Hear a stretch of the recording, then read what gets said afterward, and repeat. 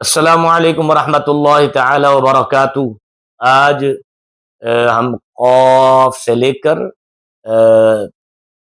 نون تک اس کے مخارج سیکھنے کی کوشش کریں گے۔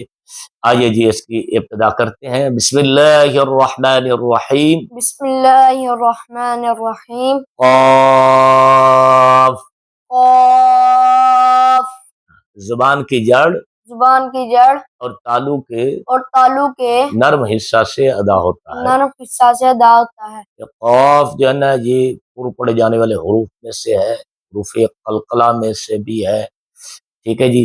اور زبان کی جڑ جو ہے نا یہ منہ کے اندر ایک قوا لگا ہوتا ہے جس سے آواز بنتی ہے نا، یہ آواز کا بہترین آلہ ہے، اسی سے آواز پیدا ہوتی ہے۔ یہ اس کے سامنے نیچے زبان کی جڑ ہے اور تالو کے نرم حصہ ہے۔ تالو کا نرم حصہ کون سا ہے؟ پیچھے، ہاں گڈ۔ یہ زبان کی جڑ تالو کے نرم حصے کو ٹچ کرے گی تو قاف ادا ہوگا، ٹھیک ہے جی۔ کون سا حرف ادا ہوگا؟ قاف۔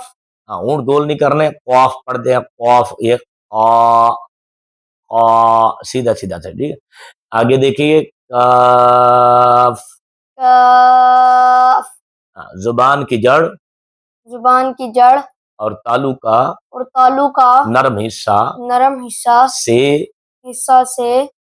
کاف ادا ہوتا ہے۔ کاف ادا ہوتا ہے۔ یہ بالکل سمپل سا ادا ہوتا ہے، بالکل نرم۔ قاف پر محنت کر کے، یعنی موٹا جو قاف ہے دو نقطوں والا، یہ تھوڑا سا محنت کر کے پڑھا جاتا ہے، اور کاف اس بالکل نارمل طریقے سے ادا کیا جاتا ہے۔ آگے دیکھتے ہیں، لام، لام، زبان کا کنارہ، یہ ایک سائڈ، یا یہ ایک سائڈ کنارے، ٹھیک ہے جی۔ یہ کہاں لگے گا؟ زبان کا کنارہ اور ضواحک سے ثنایا تک کے مسوڑوں سے ادا ہوتا ہے۔ یعنی یہ زبان کا کنارہ جو ہے نا ضواحک سے ثنایا تک جہاں مسوڑے ہیں وہاں پر یہ ٹچ ہوگی تو لام، یہ بھی پھسل کر، زبان اس کی پھسل کر ادا ہوتی ہے، ٹھیک ہے جی۔ آگے دیکھتے ہیں، میم، ہلکا سے ہونٹ کو فولڈ کرنے کی کوشش کریں گے، یہ بھی پھسل کر ادا ہوگا، میم، ہلکا سا فولڈ کریں گے، ٹھیک ہے جی۔ یہ دونوں ہونٹوں کے خشک حصہ سے ادا ہوتا ہے، دونوں ہونٹوں کے خشک حصہ سے ادا ہوتا ہے۔ اس کو حرف برے بھی کہتے ہیں، حرف برے بھی کہتے ہیں۔ آئیے جی، نون،